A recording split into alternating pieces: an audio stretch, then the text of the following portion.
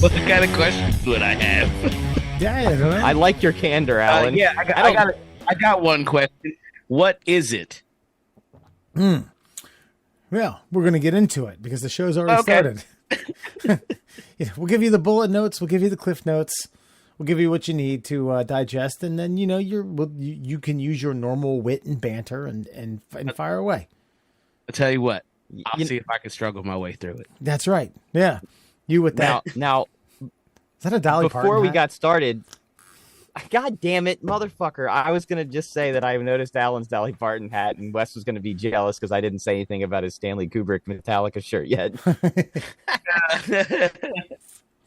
This is Rubrik, which is a they do I think it's data and cybersecurity. They're a trusted vendor of ours, but this is when we do a sales kickoff, which is going to happen in January. They invite a bunch of vendors in to kind of explain, hey, this is the latest stuff that we have. This is new stuff. Hey, and we got a bunch of swag out there for you guys. Murr, I got to tell you, I'm not a big Metallica fan, but you know how old I am. And when I saw this, I was like, oh, I want it. I want it. Do you have a large? Yes, we do. Dude. I want it. I want it. It's a great marketing. It's a great marketing logo, but I thought it was a Kubrick shirt, like Stanley Kubrick. Like that would have made it like 12 times cooler than what it actually is. But I would just tell people what I just thought it was. Nah, it's Stanley Kubrick because he was an artist like Metallica. Yeah, he was a rock star his own day. And they joined marketing firms. That way, there's no no one could sue each other. They had like they had a joint. Honestly, the Kubrick was way cooler when you're like, this is Rubrik, a bunch of nerds that we do business with. Like, all right, cool. I mean, I guess it's cool. They had somebody in the marketing department had a great t-shirt design. Yeah. And I do enjoy the Dolly hat. That's money. Yeah.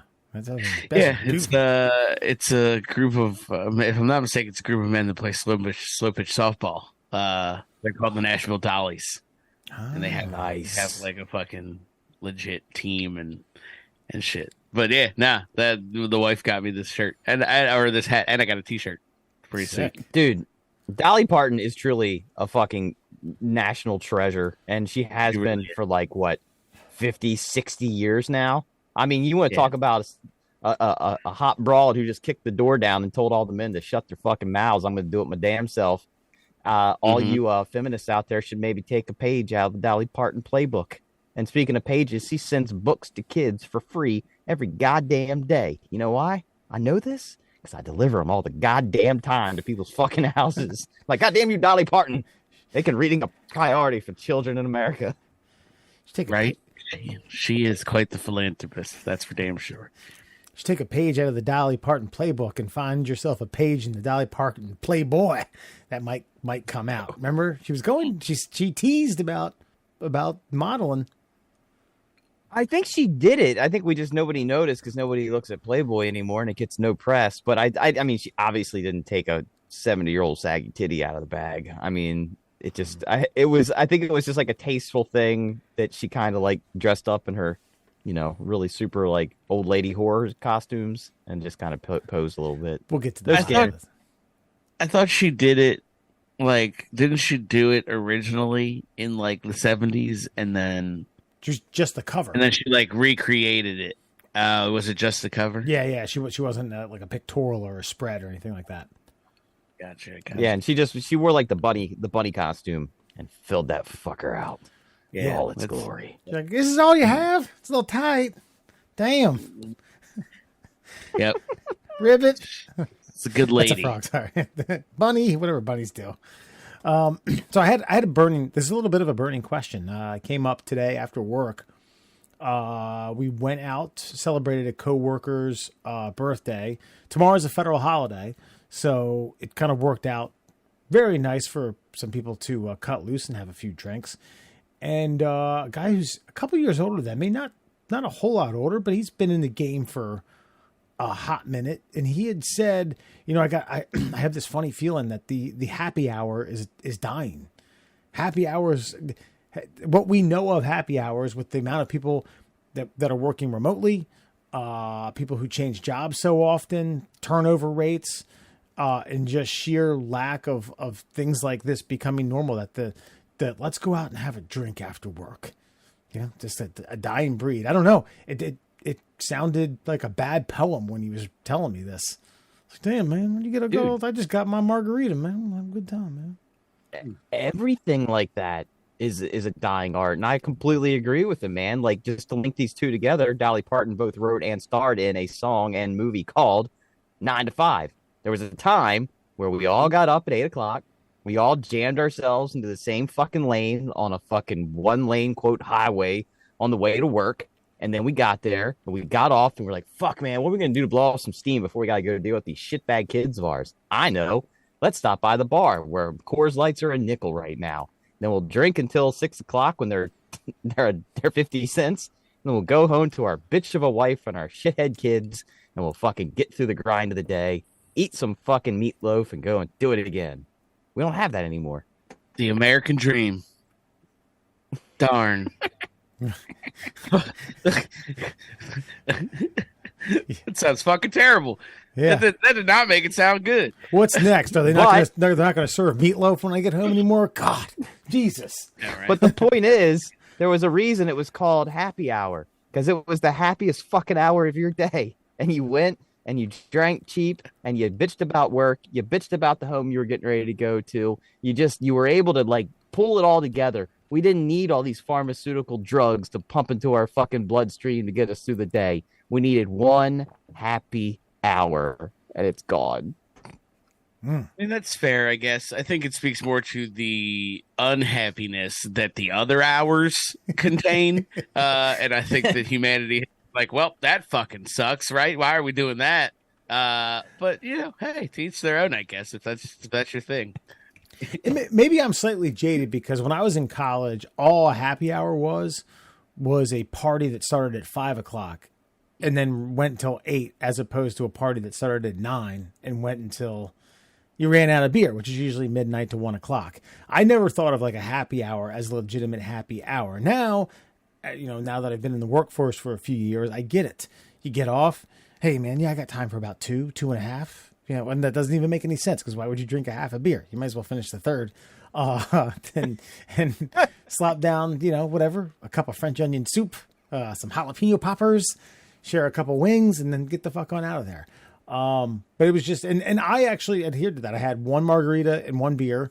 And most of the people stuck around for a little bit, said, hey, thank you. But just, man, it resonated. I was like, hey, man, this guy's making a point. The happy hour. I don't know. I still go to enough for work, though. Like, I do a fair amount of networking. Like, at least, I would say probably like 3 to 4 times a month.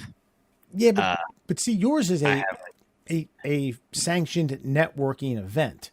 Whereas what he's talking about is coworkers just organizing like a kind of a fake union to do something other than work. Thing. Yeah, I guess so. I mean, you can still do it.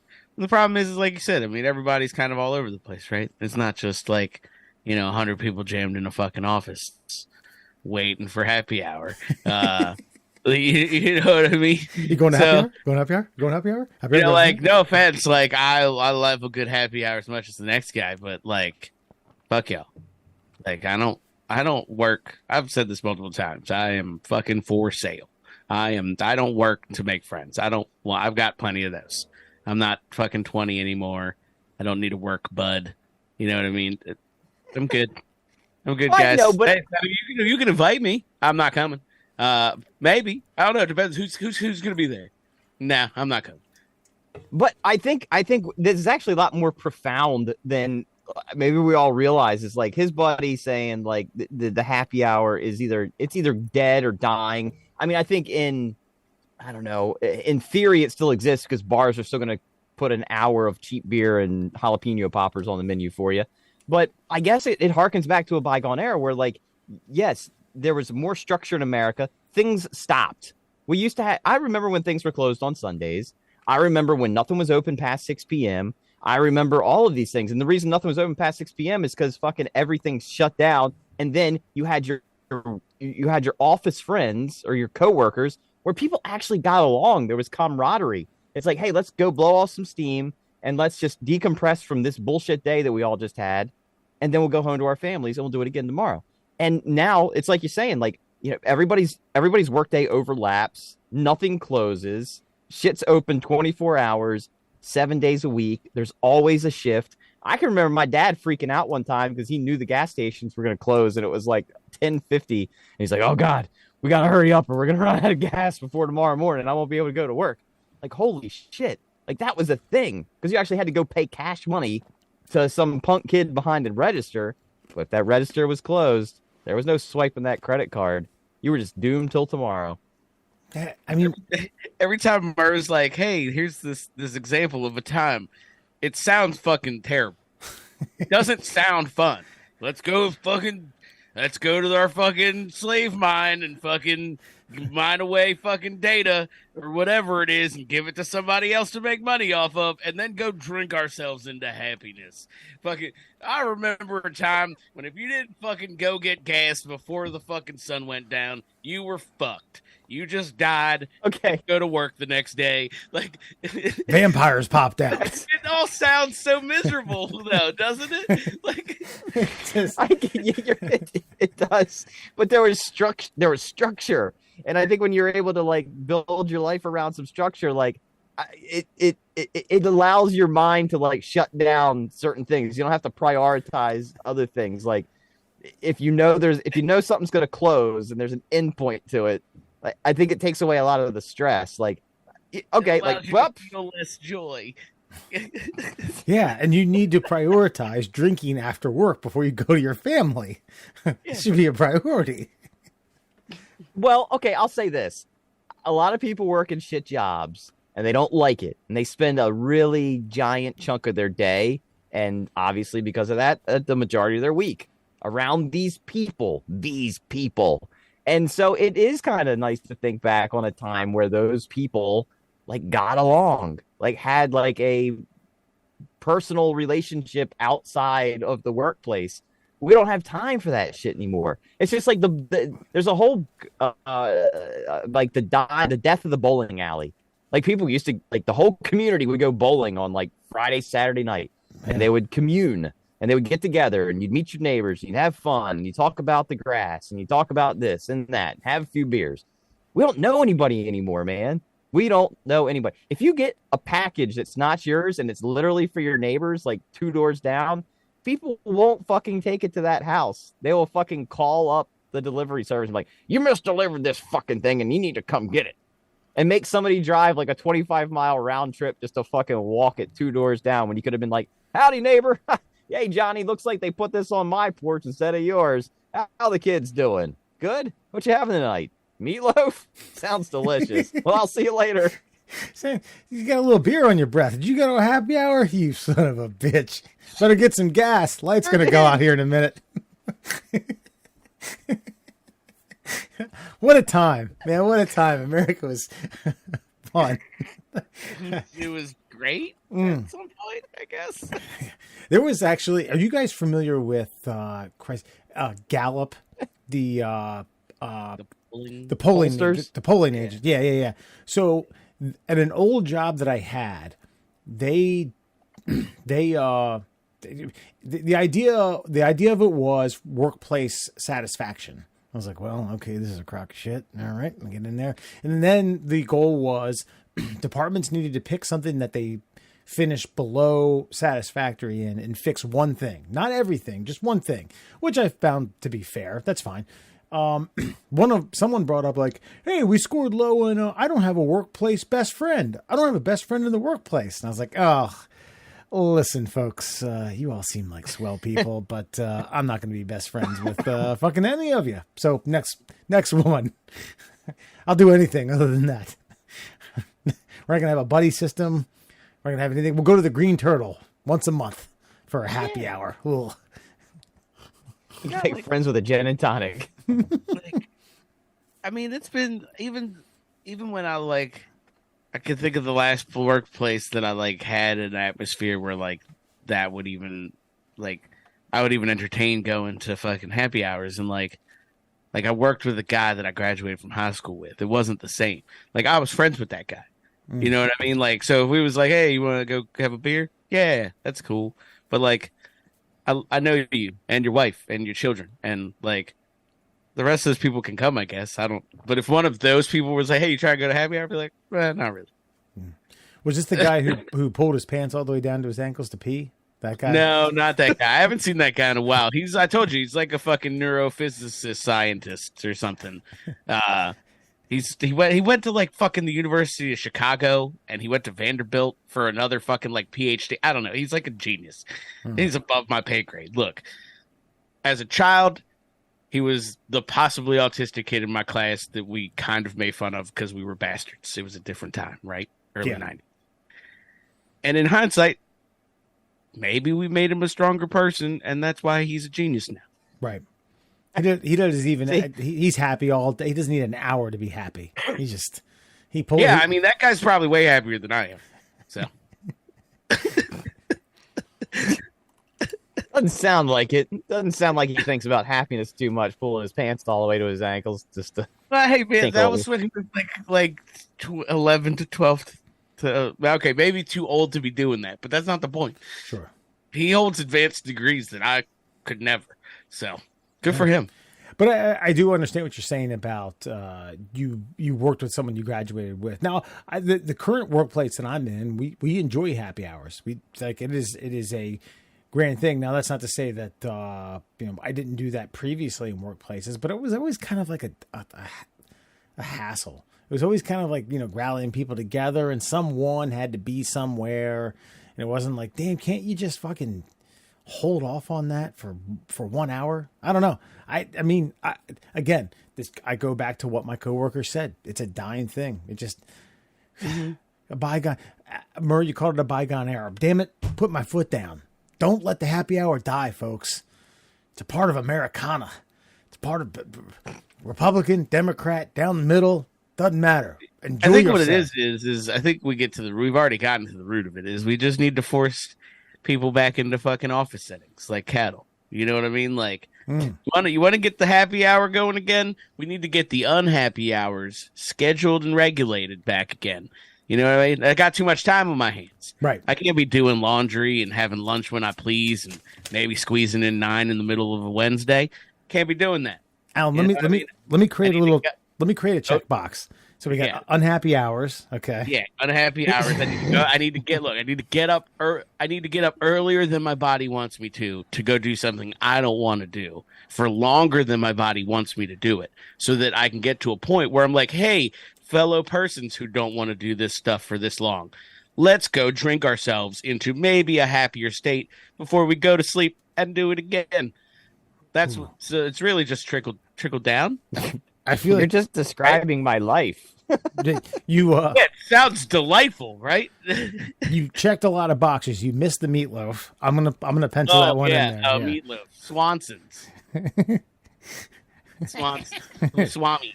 And I'm also going to throw in there as like maybe a semi check box is teaching your 10-year-old long division. While kind of semi-drunk and semi-plump, like, oh, Christ, all right, let's fucking... Still wearing your work clothes until, like, 8 p.m. Yeah. Well, I will say this, though. At least they paid men a living wage to go fucking work themselves into a fucking heart attack, and the ladies got to stay home. That's the other thing that's missing, too, is the two-parent system is almost gone anyway, just from a personal life standpoint. People are getting divorced left and right. And then, two... mama's got to go fucking earn her shekels as well, and everybody's got to get home to do one thing or the other. Stay at home, mom. The cost of living has outpaced the rate of pay, is what you're saying. Yeah, yes, and the two parent home can no longer afford to have one person at home, so the other one can go out drinking as soon as the fucking whistle blows, and that's why men can't go to happy hour, because they got to get fucking home. For no apparent reason.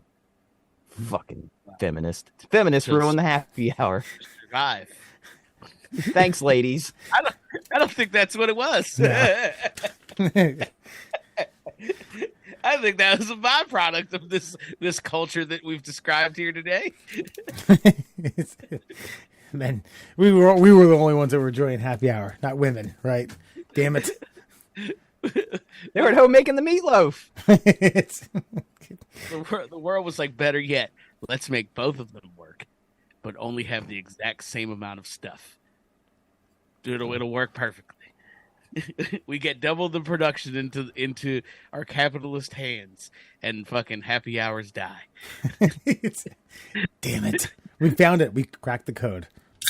Oh, well, middle class souls, everyone. Murr, Allen, and Fox, man, glad you worked your way through that introduction. We're going to move on to TMZ, some real class journalistic integrity here.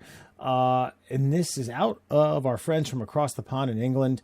An old lady who attended a wedding became as baked as the cupcakes that she ate and landed in the hospital. 63-year-old grandma, another guest, chowed down on some delicious treats during the reception. The granny, who remained anonymous, says that the next thing she remembers, she was lying in the hospital bed 12 hours later. The sister-in-law thought it got so serious that she was going to give Grammy CPR. Her pulse weak. She was a little gray. But she waked up. She baked up okay. Apparently, the culprits are still at large. They can't figure out who the hell served them some spiked up things. And they never said anything about any of the other guests. I was looking through this, like, hey, did anyone else fucking wind up in the hospital? And I get it. 63-year-old grandma. Maybe she's never smoked before, but goddamn, this is some serious shit. Especially on the heels of the recent Maryland decision to legalize marijuana. Yeah. That went through. Like 2/3 of everyone that voted said, "Yep, bring it on." Is it bad that I went governor and then immediately to that? And then I was like, "Where is that?" Well, I didn't even. I was like, "Can I just cut this piece out?" This is the only part that matters. Honestly, here you go. No, I did see something. Somebody put up all the counties. I think this was on Reddit. Somebody like put up all the counties and was like, "What the fuck is wrong with Garrett County?" And Garrett County was the only county in the entire state that voted against it. Wow. Yeah, like almost 60% too. So Western Maryland was really like, "Nope, don't want that here." Sucks to suck. Population of 28,000. Fuck you. Grow that shit in your front yards, bitches. That's probably why too, because they know that Garrett County just became fucking Weedfield Central. They were like, "God damn it! All of the town of Frostburg is just a dispensary now." God. Hey, so this isn't like necessarily a minor friend or foe, but should someone get to the bottom of this? Should someone pay for this? Should someone figure out whether or not this was like a potluck wedding where people brought baked goods and stuffed them around, or whether or not a catering service got a little silly, or did someone just spill something in inadvertently? And should this 63-year-old grandma, I mean, I don't know, is her life any better? Probably. Okay. Yeah, she's. I would agree. Yeah, I mean, like look, I probably what happened was she's never experienced this sensation before. And, man, let me tell you something. I can remember the first time, it's one of, like, not knowing what, like, eating something like that would do to you. You've seen the video of the cop that, like, confiscated, like, brownies from somebody on a stop, and then him and his wife ate them. Have you ever heard that 911 call? Oh, yeah. Yeah. Freaking out. Yeah, like I remember laughing at that gentleman, like, man, this guy, he's never dabbled in the devil's lettuce before. And then I can remember accidentally taking too much myself and being like, oh my God, I completely understand where that officer was coming from, because I need to sit outside right now, even though it's 40 degrees in my underwear, because this flop sweat will not stop. And if I lay down, I think I might die. And then my veins were popping out of my neck, and I just stared at the moon until fucking some semblance of calm came over my body. So yeah, if you don't know what's happening to you and you can't talk yourself out of it, there's a good chance you're going to end up in the ER and having a real uncomfortable conversation with your loved ones. That's fair. He's right. Yeah, I agree with all of that. I also picture the movie version of this is the doctor turns the corner, young whippersnapper, like nurse and or doctor, like, all right, what do we got here? Like, I ate some brownies. Okay. I think they had weed in them. Oh, okay, go on. And I freaked out. I freaked out. Oh, okay. You better ride it out, bud. See you in a couple hours. We can do two things. We can get you an IV, or you can sit here and drink water. We can do two things. We can fucking do nothing, or we can put on fucking Dazed and Confused, and we can order you tacos. Yeah. I was gonna say, I'm gonna write you a prescription. It's for a coloring book and a Pink Floyd album. Yes, We got ourselves an Etch and Sketch, and actually the Dazed and Confused is the English version. So McConaughey is played by Pierce Brosnan. Sorry. so good. Mitch is played by Michael Caine. It's the only best we could do. Yeah, but I don't know. You don't go. Look, bottom line is this: it was obviously a member of the family. I guarantee the wedding party were aware that those treats were there and didn't expect fucking Mildred to go and grab a couple of them, and then she did, and no one's gonna rat him out. And this is actually. It's actually a sweet ending. They're gonna have a fun story to tell this Thanksgiving, and no one's going to prison. Yeah. So I think everybody wins in the end. And kudos to the baker, because obviously they said treats. She had more than one. It's like, these are good. I'm gonna get another one. Gulp. Damn, when's fucking Parliament Funkadelic gonna come on? I can't wait to dance.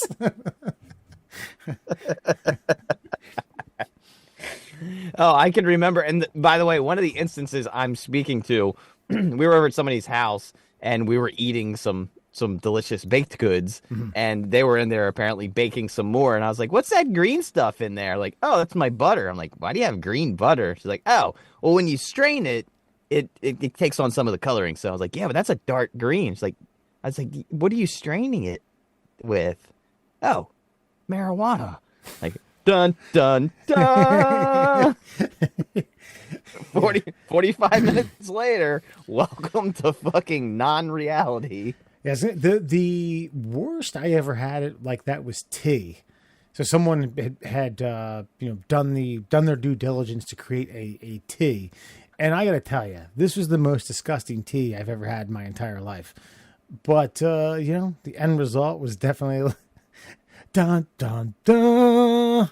Wow, man. I'm farting in fucking indigo. I'm farting in colors. Yeah, I got good luck to Granny. I hope things work out. All right, let's move on to friend or foe. I'm not going to bury the lead this time. All right, okay, here we go. It is friend or foe. Gonna read a story to you. See if you agree or disagree. Friend or foe, and this has to do with those pesky SATs. Now, I never took my SATs, even though I still got into the University of Maryland, but there's some folks in El Paso, Texas, some high schoolers who may have to retake their SATs. El Paso high school students were compromised as far as their SAT scores were concerned when they flew out the back of a UPS truck. The statement goes on to say that EPSID is working with college boards and will provide an update to students and parents when there's more information. Quote, counselors are providing students interested in taking the ACT with waivers to retake the exam at no cost. The deadline is November the 4th, which is already passed. The exam date is coming up, though, on December the 10th. Now, here's the question. They're saying that the test scores are compromised because they left the secured vehicle and were spread across the highway. They retrieved all but 55 of the test scores. And so what they're going to do is make everybody retest just in case someone, I don't know what, slipped in a fake test. Now, since this is no fault of the students that their tests were compromised, should they have to retake it? Friend is no. They did what they had to do. This is not their problem. The school boards need to figure it out. Or foe, no, they got to retake it because someone could have been doing something hinky. This could have been an Ocean's 11 style SAT heist gone awry. Therefore, everyone must prove their intellectual capabilities for college admittance. Alan, where do you stand on this? I already can't remember what she said. I knew it. Each one fucking represents. Friend Friend is they already took the test. Fuck you. Info is no, they got to retake it because it's been compromised. I'm friend. They already took the test. Like, it's not my fault. Fucking Aunt Becky from Full House decided to pay somebody to create an elaborate fucking heist to get fucking Tiny Becky into Harvard or whatever.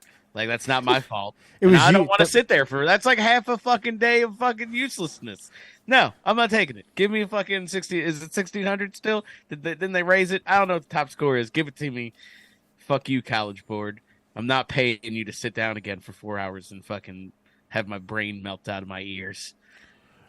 Well, it's good. So first of all, it's 2,400. Second of all, Becky got her daughter into USC. And third of all, we knew we would have to fill you in on finite details of the show. You don't have to you don't have to repay to take the test. Should you do that? But still, I understand. I just don't. I want to be friend. I just can't think of a compromise. What's the alternative? Like, friend, yeah, fuck you. Fuck you, Texas. Fuck you, El Paso, and fuck you, UPS driver who probably got some of these brownies from the fucking wedding in England, and then forgot to latch the trunk, and God knows what else. Fucking, they just say it was SAT scores. Little fill-in ballots. Christ, someone's golf clubs are probably fucking littered across the highway. What the hell's that guy gonna do? That's true.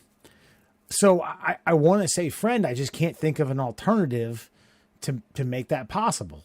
Fuck you. What do you just take all the tests that you have, do a sum, and be like, all right, look, we got a few here. We're going to use the average on this. And by the way, it's 2,400. There's the average on this. You got, 1,850. And full well that there's a dork who's just like, God, what my regret is I just didn't get to take the test twice. God, I just want to go in there again and take more tests.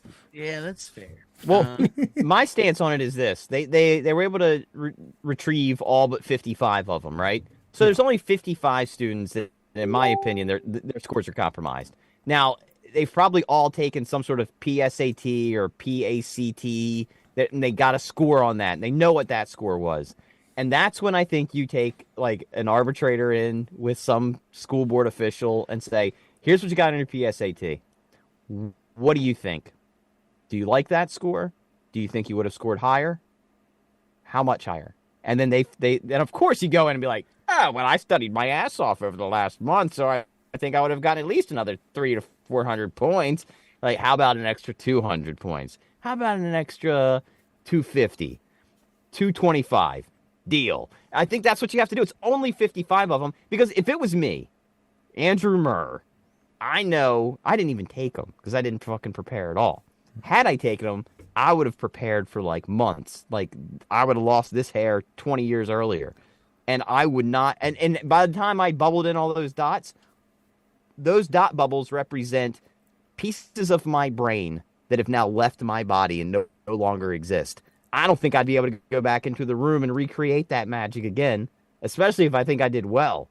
So I'd feel like I was getting like punished for somebody else's fuck up. This is on UPS. Maybe UPS should have to pay, like, if they have to retake it, UPS should have to pay, like, the first semester's fucking worth of tuition to all these fucking kids for ruining an extra month of their life through stress and extra effort. I mean, I agree with you in some weird way, but I just feel as though if you present this to a PTA or some sort of, like, community thing, someone's like, no, you can't do that.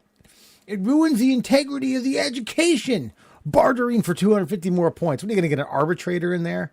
A UPS arbitrator and an education arbitrator? Look, I think you got to get an education arbitrator in there, because because what if I go in and I just, like, all of a sudden, like, I ate a bad burrito the night before and I got fucking, I've got this cold sweat just, like, running down my back, and I'm like, God damn it, last time I did so well, and now I'm fucking screwing the pooch. Damn, all because some guy named Skeeter fucking didn't latch the back door and took a hard fucking right turn. You sure on this old dirt road? You sure it's Skeeter? I'm pretty sure. Yeah, I know Skeet. You know Skeet. Son of a bitch. Skeet. He forgets a lot of shit sometimes, man. So no, I'm friend. Don't take do not retake the test. I would put my foot down. I would make this I would get on Fox News, CNN, MSNBC, talk about the injustice that's been presented upon me. I honestly, if I were these guys, I know this sounds terrible, Alan, but I'm going to say it anyway. I would find a low income minority to like take up the calls and be like, you're going to be our spokesperson. No, Talk about need one of those. the disenfranchisement of me and all the money I spent on prep that I can't afford any more of it now. I'm tapped out. Well, I did my due diligence. I know that you say this in a jokey way, but I'm fairly certain there's credible fucking research that states that the SAT is pretty racist and elitist because you literally, like, colleges just one day were like, you know what? Fuck you. You got to pay for us to decide whether or not you can come up in this motherfucker. Like, it's part of the larger college racket. Yeah, has evolved around higher education. Like, we got swarms of high school kids paying what? Like, weren't they like $100 or something? I think it was when you took it. You know what I mean? So you had to pay $100. You went to, like, I remember going to my school with literally thousands of kids, and fucking all of them paid $100 to sit there and sweat it out and maybe probably not get into their first choice school because they're idiots. Yeah, because they weigh 4 hours on a Saturday morning from 8 till 12, equally as much as 4 years of hard work and studying and education, things like that. Over red is to pillow as yellow is to what? Fuck. Yeah. Like my whole high school career, where I balanced school, possibly a part-time job, definitely sports, and a social life where I drank and smoked marijuana copiously. You know, all of that is not proof that I can hang at this school. Let's take this test. Actually, I think that is proof that you can hang at the school. Yeah, I think that's not. They don't value that. You got to take this test, man. Yeah. Hey Wes, I need you to come in here and eat this plate of brownies, and then watch 4 hours of Sports Center, and then I'm gonna need you to do a couple long division problems. Do all that. Go to an 8 a.m. class, pull all nighter. You know, fucking get hammered, pull all nighter, get up and take a quiz. Not even a test, like a quiz. Just give me like 10 questions. I took it twice, and my first score, in my opinion, was like I'm cool with that. That can get me where I want to go. And my mom ripped it open and was like, no, you're taking this again, young man. I was like, oh, fuck. Mom, come. Why? I know you have dreams and aspirations for your baby boy, but come on. Shit straight. I just went out drinking the night before and just woke up the next day. I was like, I'm not prepared to take this. I'm not going to. Oh, so you signed up. Yeah. Huh. You just didn't take them. You blew it off.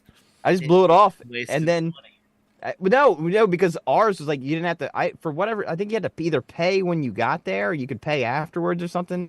I don't know, but like, so it was like no harm, no foul.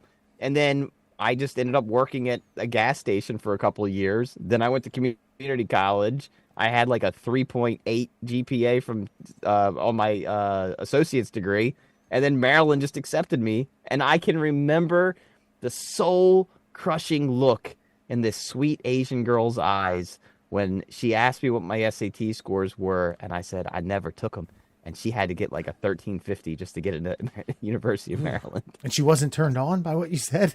Want to sleep with you? She was noticeably angry. What you do is you go to a semester at community college, and then you transfer into anywhere you want, really. Yeah. Be like, bam. Check it out. Or do what I did and get a good SAT score and do a year at community college and basically shit your way out of any school that you really wanted to go to. I mean, that's a good route.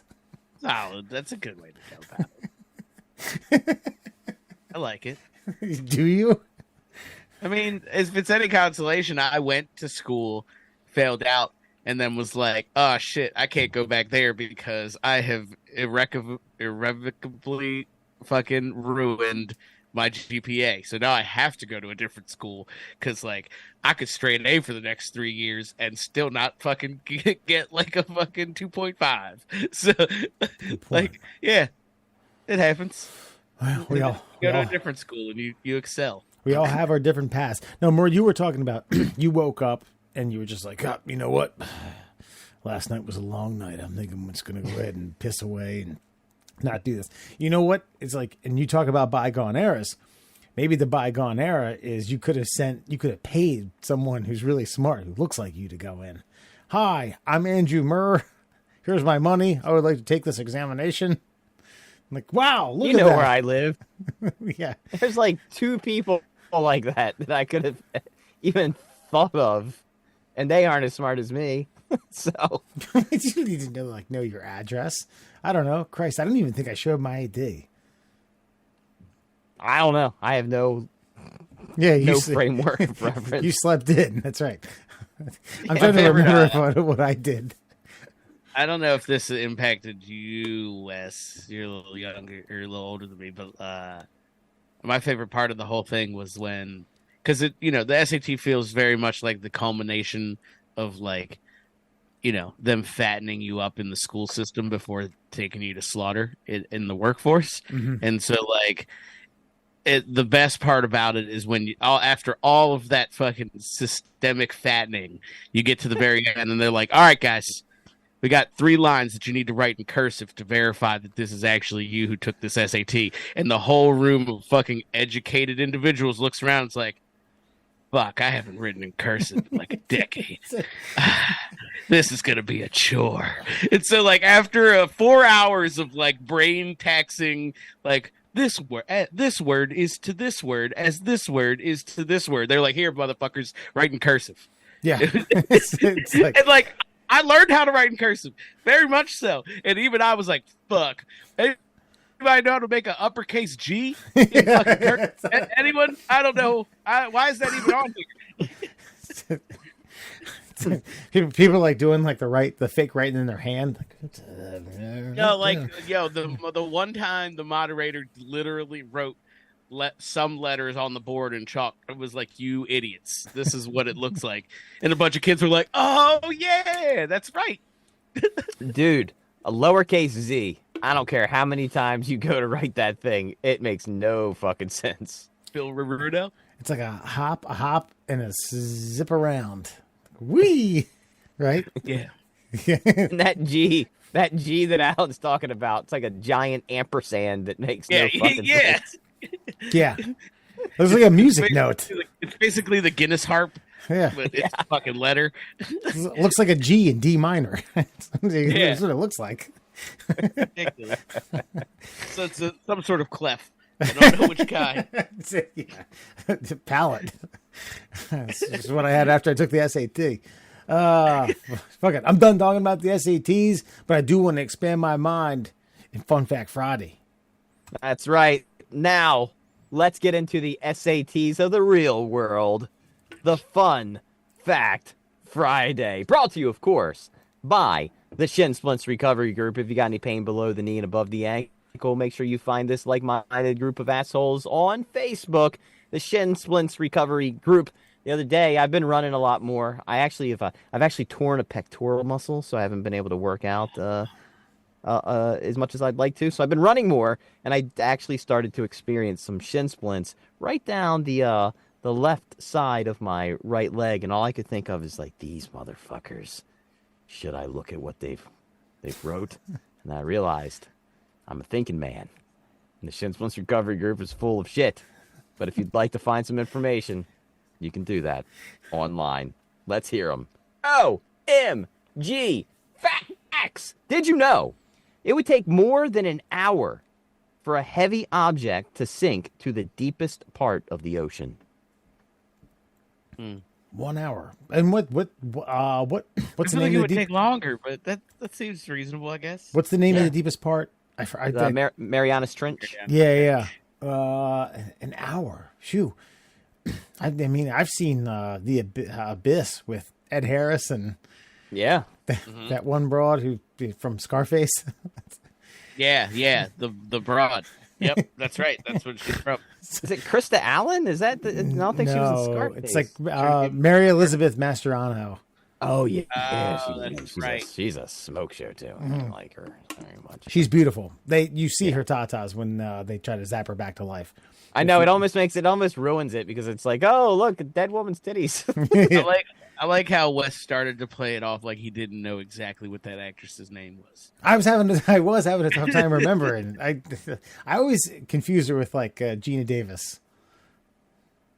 I could see that. Yes, she got a big ass mouth. All right. So So a heavy. Did it say a heavy object? It didn't say how. Yeah, so like an anvil. So if you drop an anvil off a boat and it's over top of the Marianas Trench, and you decide you're gonna count like you're spitting off a building, it's gonna take you an hour before you fucking hear the bottom. I do wonder if at any point it slows down, even by fractions of a second. You know, does it continue? Does it continue like terminal underwater velocity, if that's such a thing? I think so. I don't know. I think you might be right though, because if the pressures are that great, then I would think that it would almost create like a floating effect, if you will. Like it's still pushing down, but it's almost like there's so much pressure that it starts to kind of slow it down. That's a wane. Yeah. I don't know, but I'm just saying if that makes sense. I'm curious if that would happen. Alan, what do you got? I'm looking it up. I don't think there is one. I mean, I would think because obviously you're moving through the same medium, right, with water, but like anything you drop in there is of different density and mass. Density and fucking and weight and shit. So like I don't think you could get to a terminal velocity in fucking water. It doesn't make sense to me, but I'm not a physicist. I also use that. I use that as a blanketed term. I just meant like something just falling aimlessly without, trying to gain momentum to get back up to the surface. But obviously the weight, the pressure of that water, that means the water's got to be denser the deeper you go. Because even the water molecules have got to be getting squeezed by the weight of the other water molecules on top of them. So you'd have I feel like you would have a denser, water viscosity, if you will, as you start to get deeper and deeper. Even if it's fractions. Because it's just water, right? Like you're not changing anything there. I think the bigger issue, like I said, is more because the water is really the constant. Fucking it's what you're dropping in, what it's made of. And then I think the bigger thing would be you gotta keep in mind surface area. You know what I mean? Like if I drop an anvil that weighs 100 pounds, but I drop 100-pound fucking sheet of steel, it's gonna fucking react differently through water than you get what I'm saying? Yeah. So I think with water, there's too many variables. Like even with air, I don't think terminal velocity still fluctuates technically, but Well, yeah, no, I know what you mean. I guess I get what Wes is saying though, because if you were, I wasn't saying, I was asking. Keep that in mind. Well, I understand the question you were posing, which create planes and helicopters have to adjust their airspeed depending on their altitude because the air is quote unquote thinner the higher you go, and the reason it's thicker down low, I mean, there's atmospheric stuff too, but because the weight of air is pushing upon the weight of air, which is pushing upon. So as you get to the ground, it's thicker because it's got so much weight on top of it from the rest of the atmosphere. I feel like that's the same. That should apply. That does check out actually. I never really thought about it, but deep water is denser than shallow water because of the molecules being packed down and the pressure. There you go. Well done, Wesley. Here's another fun fact: most whales, they don't actually die of natural causes. They just can't surface. They drown. Yeah, I've actually heard that. Yeah. Damn. Yeah. Fucking whales got some fucking hubris. I'm gonna take his deep ass breath and go where I want. Oh shit. which begs to the question: do you think when they run out of air, they cartoon violently thrash underwater? Fuck yeah. You see what I'm saying? Yeah. When you see, people are on TV or something. Do you think or do you think a whale has at some point gotten too deep and been looked up and been fuck and just starts swimming hard as fuck at the sun, but just doesn't get there? And then just instead of that, it's just instead of some massive breach, it's just a bloop. most of these are like elderly. I hate to say this, like geriatric whales who simply just can't muster the strength to get up for one more. Like, they're just like, okay, I'm done. I literally just pictured being like a whale watching trip, and you see it like majestic, like big fucking Free Willy type like breaches, and then you just see one, and it's like, bloop. And you're like, oh my god, I think it's dead. Then a big shark fucking. Yeah, something crazy. I can't remember what show I was watching, but there was like some adventurer out there, and they find a whale carcass, and it's just Shark City. He actually walks on the carcass. Yeah, he's like, and talk about how much it stinks. And while he's doing that, there's just sharks, just like, ow, and it's blubber. It's all blubber. So it's almost like, you know, that kinetic sand where people take like cookie cutters and then just take a little section out of it. That's what it is. It's just every shark mouth is just. Yeah. I saw something similar to that. It was a grizzly.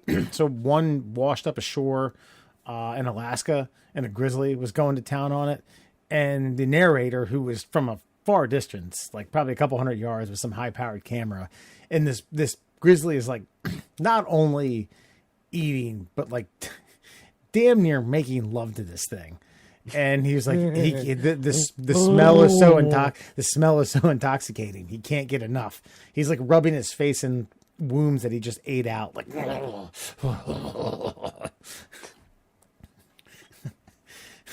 well, when you got claws like that, you got to find pleasure somewhere else. I know how I've reacted to like some fresh baked chocolate chip cookies. I lick them and I massage them. I rub my face into them. It's a little aggressive. Did you know? This one's just for you, Alan. A platypus will close its eyes, ears, and nose while hunting for food. This fucked up animal never has anything, like, just every single time. So it purposely makes itself blind, deaf, and mute right before it hunts for its fucking food, where it shocks it and then poisons it and then I don't know what the fuck. It's like a fucking, like, you just described a fucking Pokemon. Like, that's not a real animal.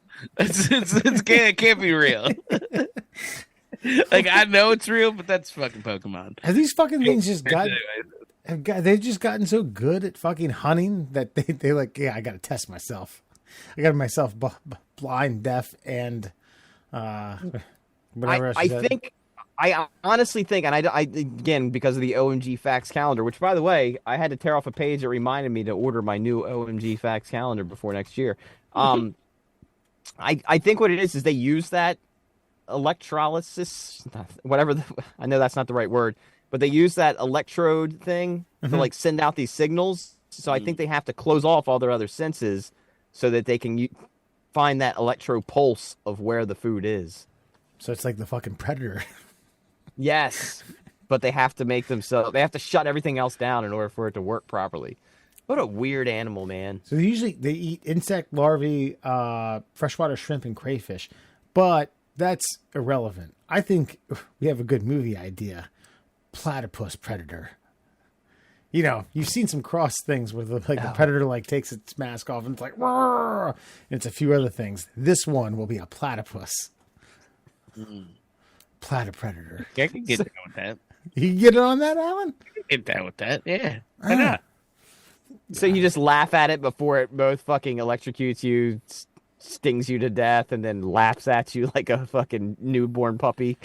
Well, we're gonna have to get into why it hunts human, but this is a baseline story. That's fair. Yeah. That's fair. We can build from there. Did you know Hershey's Kiss got its name from the puckering sound made by the manufacturing equipment as a chocolate was dropped onto the conveyor belt? Bloop. Bloop. They don't call it Hershey poop. Could you imagine? Plop. If it was like just every single time? That would be the greatest job at Hershey. That's probably more what it sounds like. It's just like fucking Milton Hershey was standing there like, And everybody started rolling their eyes back and forth, like, what are we going to call these things? Kisses. Sounds like a kiss, right? Mm-hmm. Yep. No, to me, yeah, not good enough. Sure does, Mr. Hershey. Well, let's go to happy hour. Wife's got a meatloaf in the oven. Did you know the actual communication from Apollo 13 was Houston? We've had a problem. Ooh, so those jack wagons switched it up to make it more theatrical. Houston, we have a problem, as opposed to we've had a problem. God, does it? Yeah. I mean, listen, I understand that's iconic, and I know Apollo 13, albeit they lost to, and you can check this out, they lost to Braveheart for Best Picture that year, which is wildly historically inaccurate. Why? Does it make that big of a difference? Do you think they had some test audiences and check their reactions to, this is what they said during Apollo 13, but this is what we've written to create theatrics? Well, I honestly wish I could say no, but I think I have to say yes, that having a problem is more immediate. Had a problem means that you've already established all these things. Like, even if it's like subconscious, like, Houston, we've had a problem. Basically, we know what the problem is, and we're fucked, and we're completely aware of this, and we're now making you aware of this. Houston, we have a problem is like, all right, we got to all figure this shit out together, which is what the whole movie essentially is. And so, yeah, I think Ron Howard made a wise decision. I mean, that's assuming he read the transcripts and knew what they said on Apollo 13. You think he knew? Oh, I'm sure he did. He was probably sitting there, well, guys, I think if they say had, they already know what's going on. And I just really, it's not that big of a change. So why don't we just change it to have? It just makes, to me, it just makes more sense. We're changing one word. That dickhead Mel Gibson, who's doing Braveheart right now, is rewriting history. Up and down. Different. They didn't even invent kilts for another 1,000 years. That fucking guy. Who? Gibson? Yeah. But who cares? I honestly, I know what you're saying about Braveheart, but who cares? I still love the movie. I still watch it. Okay, good. Because I was going to say, there's obviously, as far as like Ron Howard changing one word for historical inaccuracy, like, we have not a goddamn idea, a snowball's chance in hell of knowing the dialogue that took place during the William Wallace era. Yeah, and not only that, I mean, okay, Rob Roy, have you seen that movie with Liam Neeson? Mm-hmm. Yeah, you have? I believe I have. Was there another one with Johnny Depp? It was Pirates of the Caribbean. It's a little bit later. I'm thinking of Don Juan DeMarco or some shit like that. But Rob Roy, which is actually takes place a couple 100 years after William Wallace. That movie is, I believe, don't quote me on this, if someone's going to be like, you fucking idiot, you don't know what you're talking about. I think it's a lot more historically accurate. It's a shitty movie. It's just so piss poor done. It's potatoes. It's gay puts. God, if you can write one word into a script and have it fucking resonate for generations, freedom. You've got yourself a winner. Boners. And finally, did you know the term brain freeze was invented by 7-Eleven to explain the pain one feels when drinking a Slurpee too fast? Now, that's just brilliant marketing strategy, because you're getting your customers to experience a really damaging neurological condition from your product. And then you tell everybody, oh, it's brain freeze. Because our Slurpees are so cold and delicious. So people would go in and then just, I remember as a kid, like, oh, I want to try brain freeze. And then me and my brother would suck down the Slurpee as fast as we could just so we'd get ourselves a headache. I'm shocked that this didn't, like, I mean, okay, so a Slurpee was invented in the 50s. Wait, first, well, shit. 1966. the first 7-Eleven brand Slurpee. I'm shocked that no one before that. Obviously, ice cream had been around long before that. We've talked about this. Yeah, but I feel like ice cream is harder to eat fast because it's like the thickness and the cold. You know what I mean? Like, but a Slurpee, yeah, it's just like it's a slush. Right. So I mean, yeah. So yeah, and it's so much more sugar than so much more sugar than ice cream. Christ, I'm 40 and I still get them. I still like. They're fucking. I feel like they're excruciating now. Yeah, they are. Like so much like worse. the last time I had one, I was literally like, "Oh God, I'm dying." And like, not only that, I get the brain freeze with like the chest freeze. Mm-hmm. The whole fucking sternum is frozen, and I'm just like, my fuck, like, yeah, it's terrible. So it goes from your brain to your sternum. No, I think it's just like it's both at the simultaneously. Like, I understand the brain freeze mechanism. What I think is happening is that it just fucking literally like makes this area cold for like 10 seconds, and it's awful. It's just terrible. Like, I'm fairly certain like my heart slows down. I'm sure it does. My body's like, what the fuck? You're going into cryo freeze, like. Yeah. I'm sorry that you suffer from this, but I'm fucking crying hearing you talk about this. What, dude? Next time we hang out, I will buy a frozen treat, and you can watch me die for like a minute. It'll be like Flatliners with Kevin Bacon, dude, by the way. It's so bad.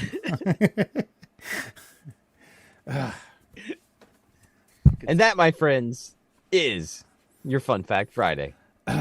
All right. Well, I hope you all feel smarter and more well-rounded and educated with brain freezes and dropping an anvil from as far as here and there, take you to an hour to get to the bottom of the ocean. All the good stuff in life.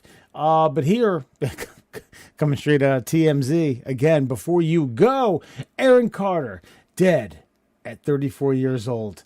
The singer turned rapper and actor was found dead Saturday at his house in Lancaster, California. Multiple sources tell us that Aaron's body was found in his bathtub.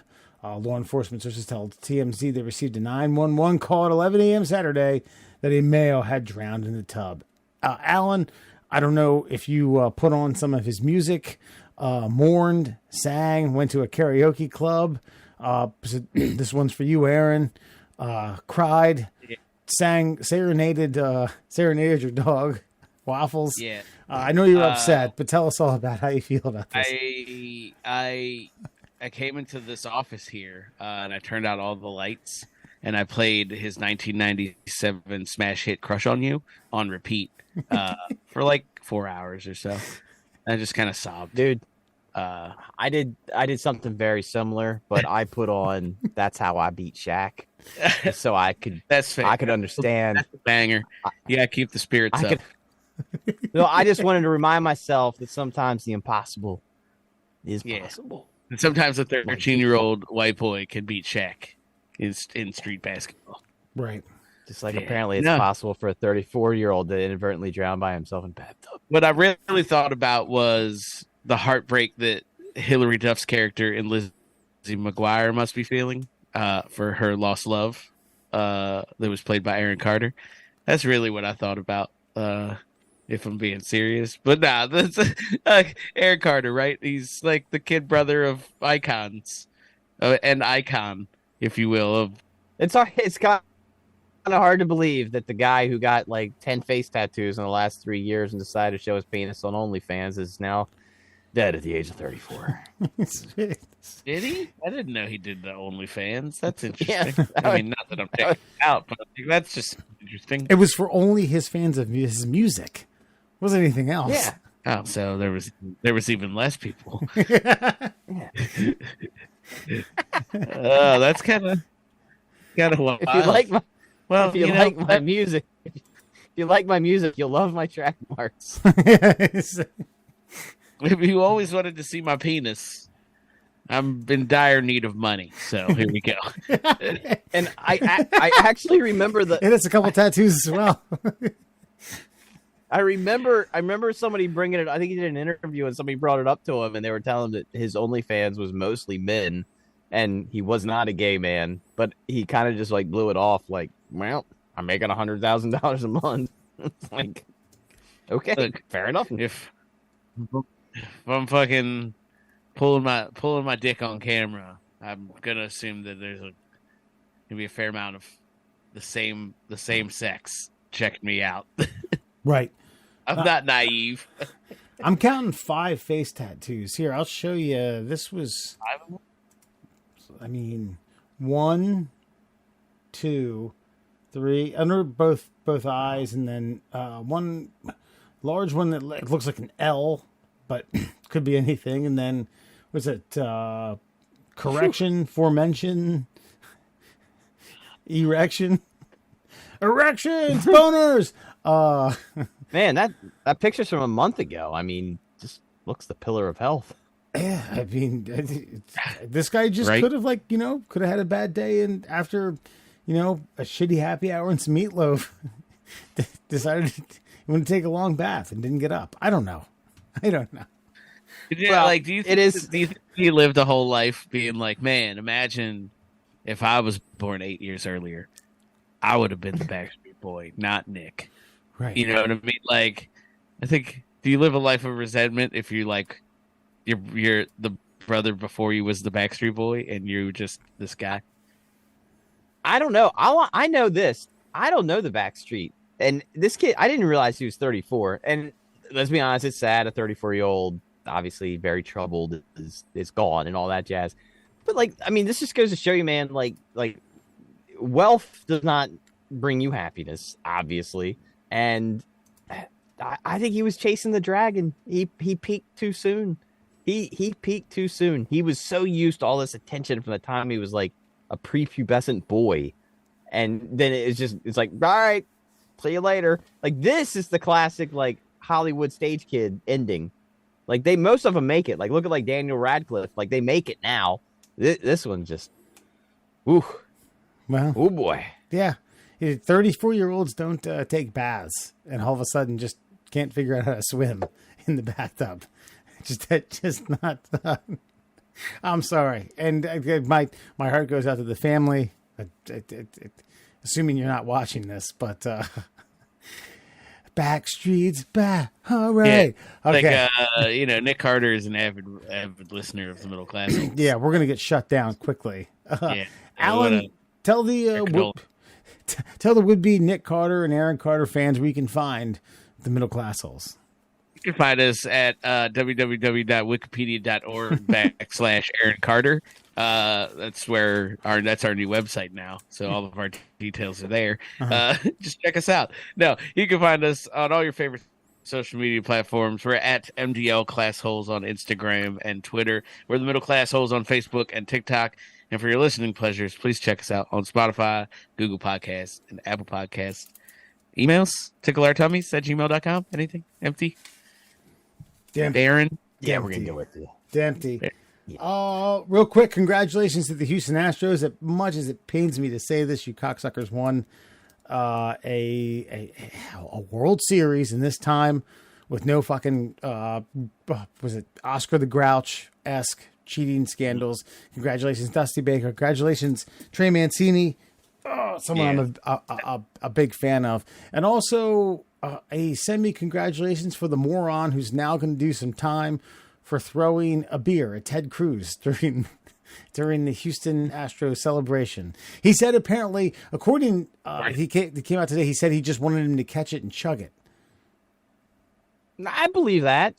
You got to know your audience, man. Ted Cruz doesn't strike me as like, he's not a center fielder. Fleet-footed or, he's barely articulate with words. I can't imagine how he is with hand-eye coordination.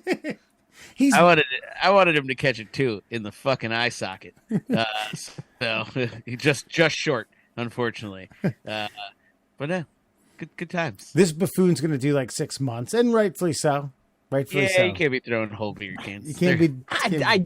I disagree. I mean, if I'm in a parade, I'm gonna regret this if I'm ever in a parade. I want you to throw me a beer. I want you to, please. I want to catch it and I want to drink it.